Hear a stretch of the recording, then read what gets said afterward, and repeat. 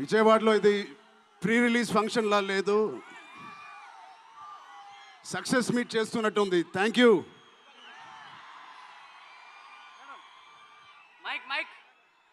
కేశినేని చిన్ని గారికి, దుర్గేష్ గారికి ఇంత గ్రాండ్ సపోర్ట్, ఇంత గ్రాండ్ ఈవెంట్కి సపోర్ట్ చేసినందుకు మీకు, మీ టీం అందరికీ చాలా చాలా థ్యాంక్ యూ సార్. ఇంత షార్ట్ నోట్లెస్ చేసినందుకు.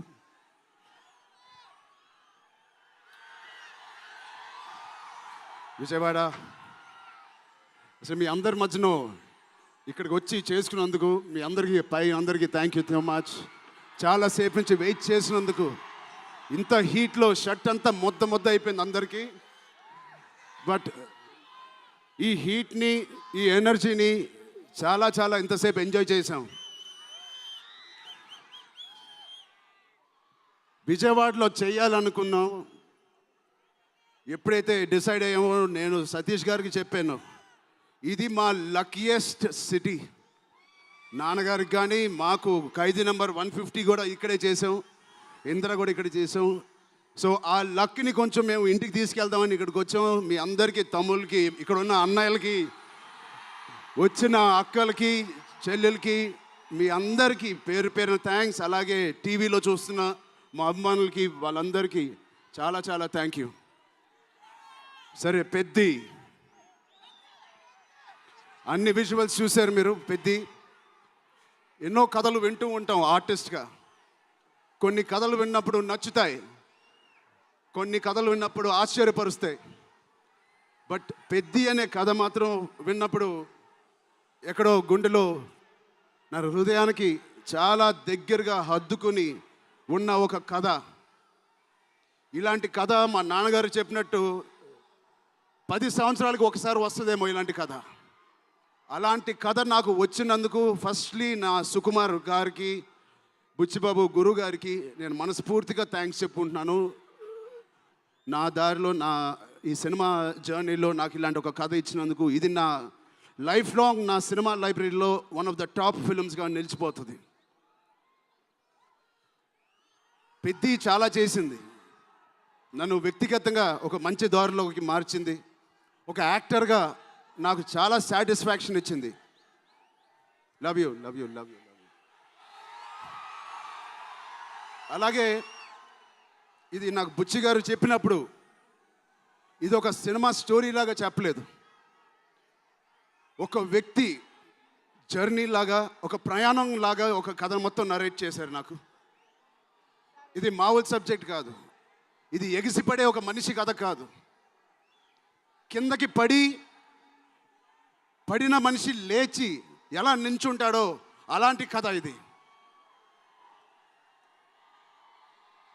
అందరూ కష్టం గురించి మాట్లాడుతున్నారు. అరే, ఇలాంటి కథ కోసం కాకపోతే ఎప్పుడు కష్టపడతామండి? కష్టంతో చేసిన పని కాదు, చాలా ఇష్టంగా, ప్రేమతో చేసిన పని.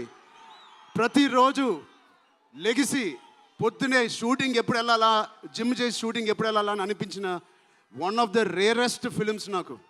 బహుశా ఒక మగధీర కనిపించింది, రంగస్థలానికి కనిపించింది, RRR కనిపించింది, మళ్ళీ నాకు పెద్దిగా అనిపించింది. అలాంటి భావం, అలాంటి ఒక ఎక్స్పీరియన్స్ ఇచ్చిన మా బుచ్చిబాబుకి స్పెషల్గా థ్యాంక్స్ చెప్పాలి. బుచ్చిబాబు ఇది నాకు కథ నరేట్ చేసి ఇంట్లో నిజంగా చాలా ఆశ్చర్యపోయిన, తన బుర్ర ఎలా పనిచేస్తుందో అని. ఇంత అద్భుతంగా రాసి పెట్టుకోండి. ఇండియాలో నంబర్ 4 or 3 టాప్ డైరెక్టర్స్లో బుచ్చిబాబు పేరు ఉంటుంది ఫ్యూచర్లో.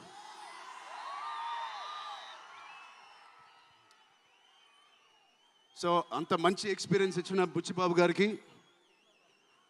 చాలా థ్యాంక్ యూ. ఇలాంటి సినిమా ఒప్పుకోవడానికి నాకు ఒకటే బలం నా మనసులో, ఇలాంటి సినిమా చెయ్యాలి అని.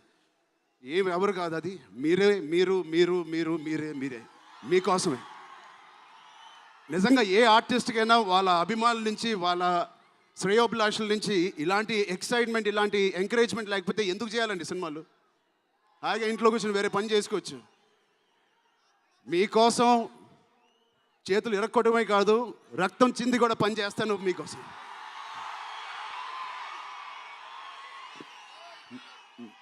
మిమ్మల్ని ఎంటర్టైన్ చేయడం ఒక పిచ్చా, లేకపోతే సినిమాలో మంచి సినిమా చేసి మీకు ఏదైనా ఇవ్వాలని ఒక పిచ్చా నాకు తెలియదు. నాన్నగారు కొడుకు పుట్టినందుకు, కళ్యాణ్ బాబాయ్ గారు ఉన్నందుకు ఇంట్లో ఇది ఇది తప్ప నాకు ఇంకేం తెలియదు. బహుశా ఇంకోటి తెలుసుంటే ఇలా ఇంత పెద్ద ఆర్టిస్ట్ నేను ఒక ఫీల్డ్లో అయ్యేవాడిని కాదు. నాకు తెలిసిందల్లా సినిమా సినిమా సినిమా. సో నేను చనిపోయే వరకు మిమ్మల్ని ఎంటర్టైన్ చేస్తూనే ఉంటాను, అది రాసి పెట్టుకోండి.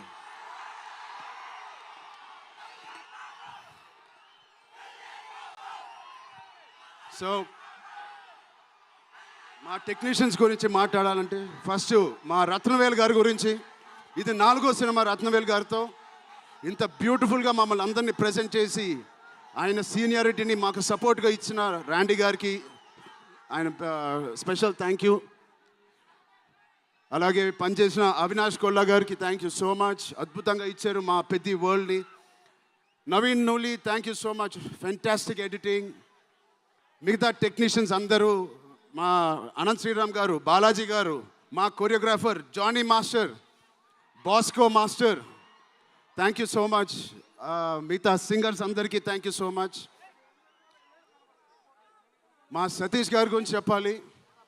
మొదటి సినిమా ప్రొడ్యూసర్ లాగా కాదు, ఒక 50 సినిమాలు తీసిన ప్రొడ్యూసర్ లాగా ఆయన దీనికి పనిచేశారు. ఆయన ఒక పెద్ద కన్స్ట్రక్షన్ కంపెనీకి యజమాని. దాంట్లో కూడా ఒక నంబర్ 1 స్థాయిలో ఆయన ఎదుగుతూ వెళ్తున్నారు.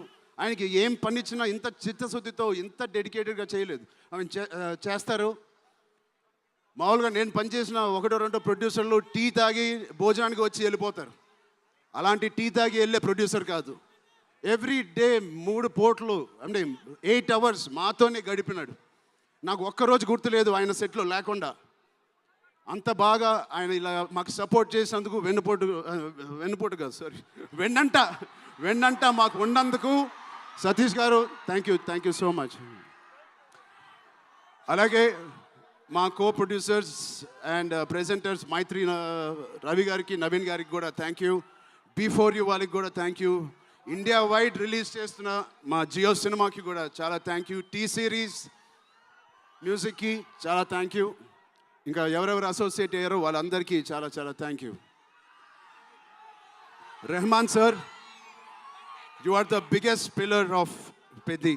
మేమందరం ఎంత కష్టపడ్డామో 2.5 సంవత్సరాలు, 280 రోజులు, దాన్నన్నిటినీ మీరు దగ్గర తీసుకొచ్చి దానికి ఒక ప్రాణం పోస్తున్నారు. రోజు 6 గంటల మార్నింగ్ వరకు పనిచేసి పడుకుంటున్నారు ఆయన డెడికేషన్కి, ఆయన సినిమాలో పనిచేస్తున్నందుకు చాలా చాలా చాలా థ్యాంక్ యూ.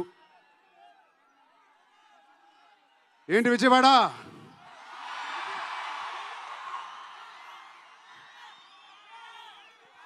ఈసారి ఎవరి పేరు మర్చిపోలేదు కదా నేను.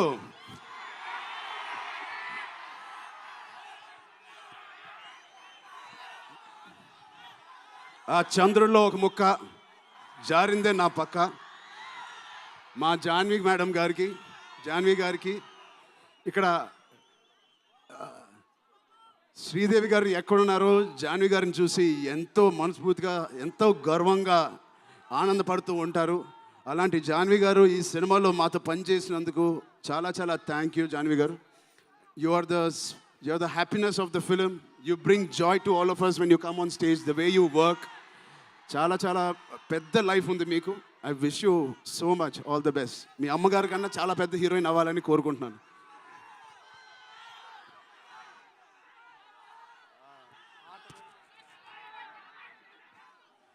సో డేట్ గుర్తుందా?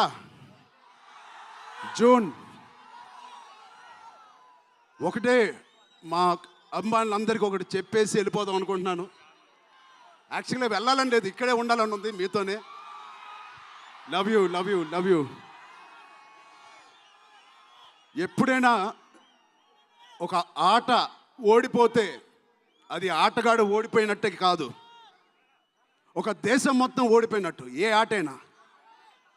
అలాగే ఈ పెద్దిగాడు, మీ అందరికి తెలిసి ఆ డైలాగ్ ఉంది, ఆట ఆడలేదు, ఏంటది, పోరాడాడు.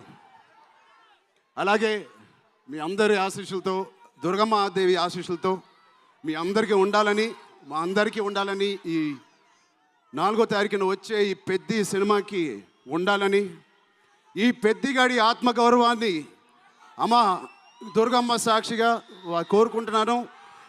ఆత్మగౌరవాన్ని మీరందరూ ఉన్నత స్థాయికి తీసుకెళ్తారని మనస్ఫూర్తిగా దుర్గాదేవిని కోరుకుంటున్నాను. మీరు కూడా